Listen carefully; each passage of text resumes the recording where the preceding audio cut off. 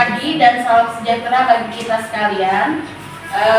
Adapun kegiatan kita pada pagi hari ini adalah diseminasi pembelajaran mendalam untuk guru bimbingan konseling dan bimbingan penyuluh yang akan dibawakan oleh Bapak Muhammad Irfan Nasution.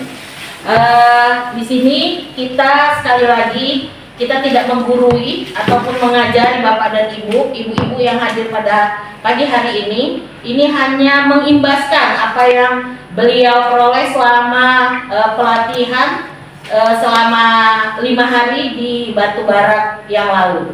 Jadi ini adalah kegiatan diseminasi pengimbasan untuk pembelajaran mendalam khususnya untuk guru bimbingan konseling dan bimbingan penyuluh. Waktu dan tempat saya persilakan kepada pemateri untuk menyampaikan yang ingin diimbaskan kepada kami, diimbaskan kepada kami.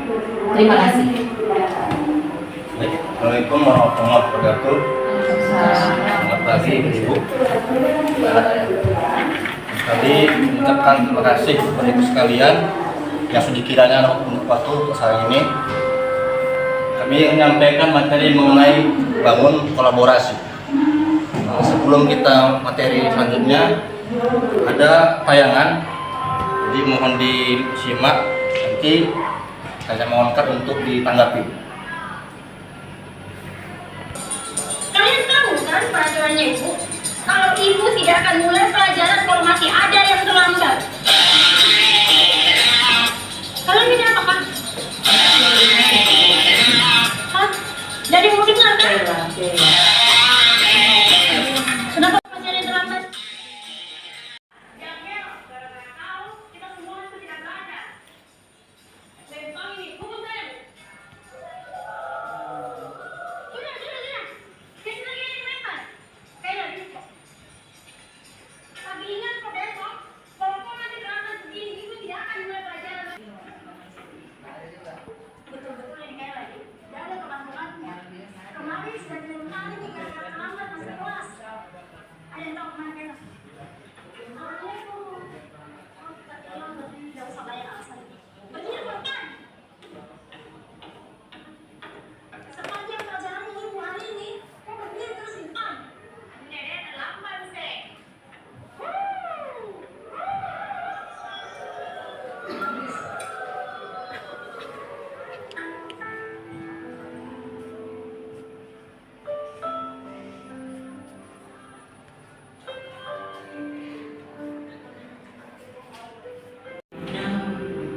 Kalau bukan beberapa mangkuk, suruh menjadi tidur. Tak bakalan masuk sekolah di Ibu. Sekiranya kalian semua boleh pakai Pak. Lepaskan Pak. Lepas. Sekarang kita menghukum Pak. Hukum Pak.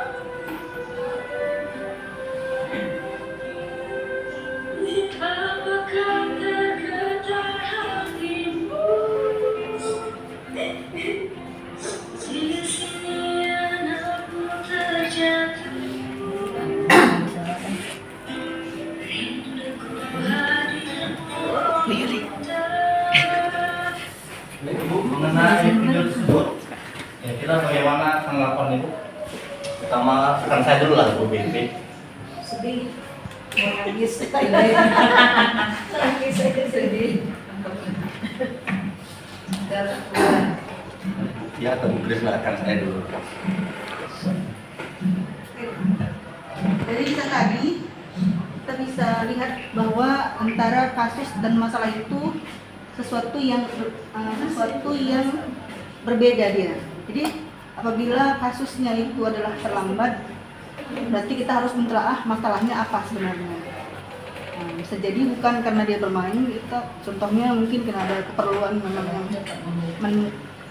yang harus dipenuhinya dulu mungkin di rumah. Oke. Masuk ya. Ada Bu Grace, nambah Bu Grace? Saya tambah Bu. Saya setuju dengan pendapat Bu Tia, tapi saya tambahkan sedikit di balik alasan terlambat si anak ini maunya ada kerjasama antara wali kelas sama guru BK gitu. Atau di yang lain tambah Ibu?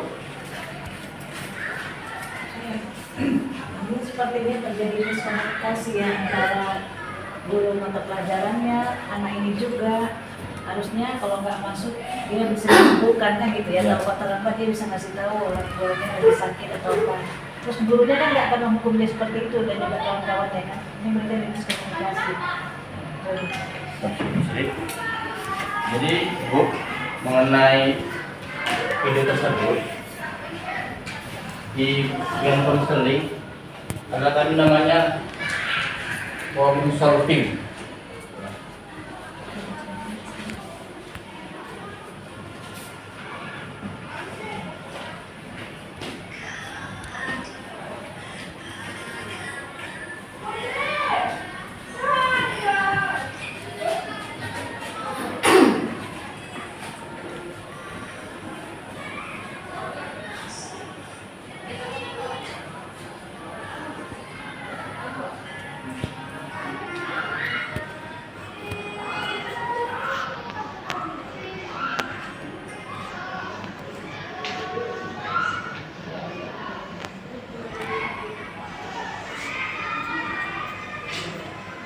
Oke, ini Bu, mekanisme kolaborasi dalam problem solving. Ada beberapa tahap yang kami lakukan dan mungkin sudah kita lakukan selama ini. Baik oleh kelas, kita baru nanti selanjutnya oke, soal yang pertama, identifikasi masalah. Jadi harapannya nanti ke depan ini Bu, masalah apabila kita jangan menjudge langsung. Dia harus kita mencari apa sebenarnya akar masalahnya, apa yang terjadi yang terlambat. Nah, langsung, terlambat kondisi terus. Sama saya pernah masuk tahu, gitu. Dan menjelaskan langsung. Pas telusuri, kita cari akar masalahnya, apa yang terlambat.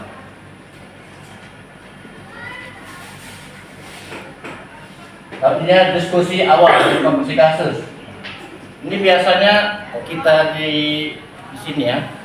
Biasanya guru piket nanti bisa melapor ke wali kelasnya, nanti wali kelasnya bisa nanti berkoordinasi dengan guru BK-nya.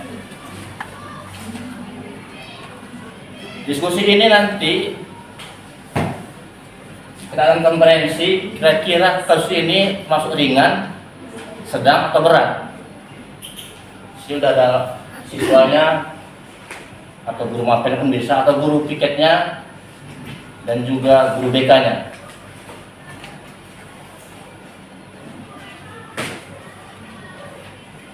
Kemudian penetapan tujuan dan strategi.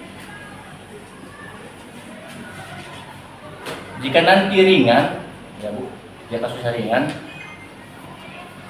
maka yang menyelesaikannya guru wali kelasnya atau guru BK-nya. Nanti kita bahas yang apa ya, sesuai yang akan. Penetapan tujuan strategi intervensi dan tingkatannya. Umpama urusan terlambat, ini terlambat gimana? Masuk ringan, sedang atau berat? Kalau kita lihat dari video ini.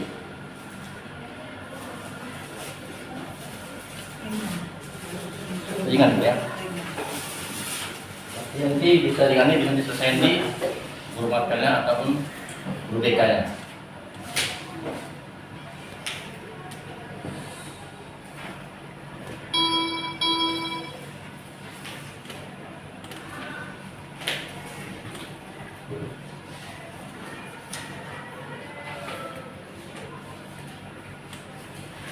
Setelah kita kolaborasi dengan wali kelas dan guru BK, selanjutnya adalah implementasi monitoring. Kasus ini terlambat, apa kita monitoring? Karena masih terlambat juga, ada efek sampingnya. Jika belum juga, berarti data yang komprehensif tadi, yang tahap 2-nya belum tuntas. Intervensi dijalankan sesuai dengan rencana tim. Tim ini maksudnya guru mapel ya, guru mapel atau wali kelasnya atau guru BK-nya. Secara berkala untuk monitoring kemajuan siswa. Lalu yang terakhir, evaluasi dan tindak lanjut. Ini tergantung kasusnya. ada yang 1 minggu, ada yang lebih dari 2 minggu. Tergantung tiernya atau kasusnya. Kalau ringan sih nggak lama-lama 2 minggu. Implementasi dan komunikasi ini maksudnya semua hasil putusan ini kita kumpulkan, kita rancang, kemudian dilaporkan dengan wakil misalkan atau wakil kepala sekolah atau juga kepala sekolah. Jadi Bu ada 5 tahap ya. 5 tahap pelaksanaannya. Jadi materi ini tujuan adalah kolaborasi antara guru mapel atau guru piket, wali kelas dan guru BK. Dan sebenarnya kan Bu, kolaborasi ini multi pihak sebenarnya, nggak hanya guru-guru aja. Multi pihak, berarti semua pihak, termasuk juga warga sekolah atau warga sekitar. Termasuk juga kantin, satpam, petugas kebersihan, dari sini pengelola parkir. Nah, ini tiernya, tier ini tadi kasus yang tadi. Tier ini termasuk dia ringan, tier 2 sedang, yang 3 termasuk berat. Biasa Bu tadi sini Bu, tier 1, tier 2 bisa sekolah menangani ya. Dan tier 3 ini kami namanya alih tangan kasus atau diserahkan kepada yang lebih berwenang, misalnya polisian atau dia misalnya psikolog atau psikiater. Seperti gangguan mental seperti kecemasan berat, depresi atau PTSD, perilaku berat, agresi, trauma mendalam, masalah ekonomi, hambatan budaya dan generasi sistemik. Ini kita perlu libatkan pihak luar atau pihak ketiga. Menurutnya ya. Kalau dia ringan, masalah murid sudah. Berarti guru tiket atau guru mapel mengetahuinya. Kalau dia sedang berat juga adanya tanggung juga oleh guru BK atau wali kelasnya. Referral, nah ini yang berat tier 3, yang dari bilang bisa dari psikolog, polisian atau dokter ahli, yang ketiga. Dan kolaborasi ini perlu juga bukan orang tua.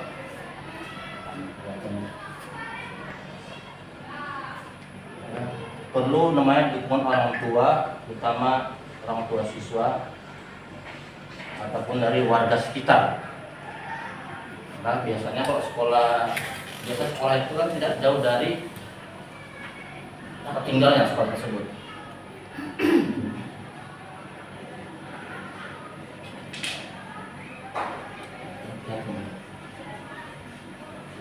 Masalah tidak hadiran. Referensinya dari guru wali kelas, guru mapel. Ini tuh yang guru masyarakat sekitarnya.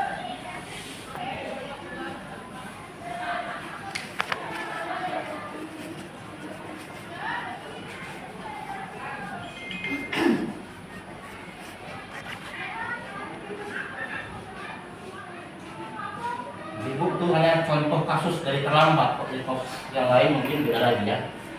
Tapi dari kedepan ini nanti kita jika ada sesuatu yang bermasalah, ya sama-sama kita kompak bahwa jangan langsung menindas anaknya. Kenapa nggak sering masuk kelas, kenapa sering terlambat atau sering alpa. Kita telusuri akar masalahnya, akar masalahnya dia tidak hadir. Misalnya kok guru yang di sini mungkin dah biasa tuh ya. Yang lain ini, kenapa semakin pernah masuk? Bisa masuk saya ini, keluar kawal saya. Sehingga masalah yang sering cabut nih Pak. Kita harus cari dulu masalah sebenarnya. kenapa anak ini sering misalnya dia untuk pelajaran apa yang dia sentuh garam tersebut.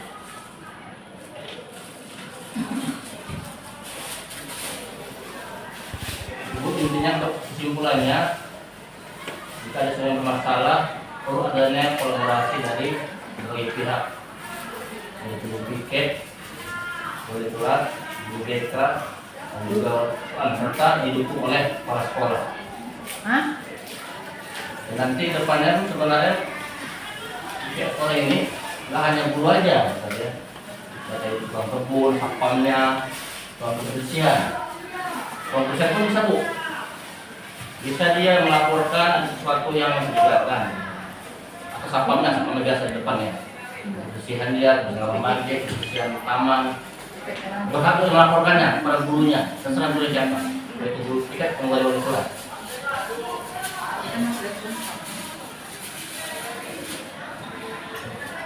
Bu, kalau kami harus tampak masuk. Ya, silakan Bu. Oh, yang apa? Lalu intinya ya, kita yang kolaborasi lah ke depannya, khususnya mengenai masalah siswa sudah terbiasa di sini ya. Jadi masalah ringan, masalah berat, maupun sedang sudah kita lakukan semenjak dari sini ya. Kita lakukan terus.